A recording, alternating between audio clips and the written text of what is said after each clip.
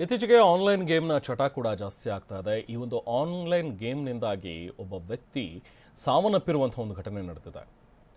ಪುತ್ರನೊಬ್ಬ ತನ್ನ ಸಾಲ ತೀರಿಸೋದಕ್ಕೆ ಹೆತ್ತ ತಾಯಿಯನ್ನೇ ಕೊಂದು ಹಾಕಿದ್ದಾನೆ. ಉತ್ತರ ಪ್ರದೇಶದ ಫತೇಪುರ್ನಲ್ಲಿ ನಡೆದಿರುವಂತಹ ಘಟನೆ ಇದು.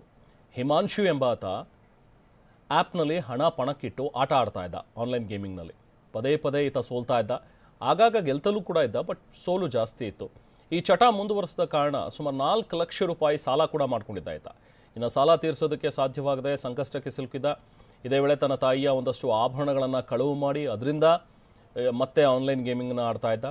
ಜೊತೆಗೆ ಜೀವ ವಿಮೆ ಕೂಡ ಈತ ಏನು ಮಾಡಿದ್ದ, ಸುಮಾರು 50 ಲಕ್ಷ ರೂಪಾಯಿ ವಿಮೆ. ಸೊ ಆತ ಪೋಷಕರ ಹೆಸರಿನಲ್ಲಿ ಮಾಡಿಸಿದ್ದ. ಬಳಿಕ ತನ್ನ ತಾಯಿಯನ್ನು ಉಸಿರುಗಟ್ಟಿಸಿ ಕೊಂದು ಆಕೆಯ ವಿಮೆ ಹಣವನ್ನು ಕೂಡ ಎತ್ಕೊಂಡಿದ್ದಾನೆ, ಸಾಲ ತೀರಿಸಿದ್ದಾನೆ. ಇದರಿಂದ ವೈಭೋಗದ ಜೀವನ ನಡೆಸೋದಕ್ಕೆ ಈತ ಪ್ಲಾನ್ ಮಾಡಿದ್ದ. ಈಗ ಪೊಲೀಸರ ಅತಿಥಿಯಾಗಿದ್ದಾನೆ.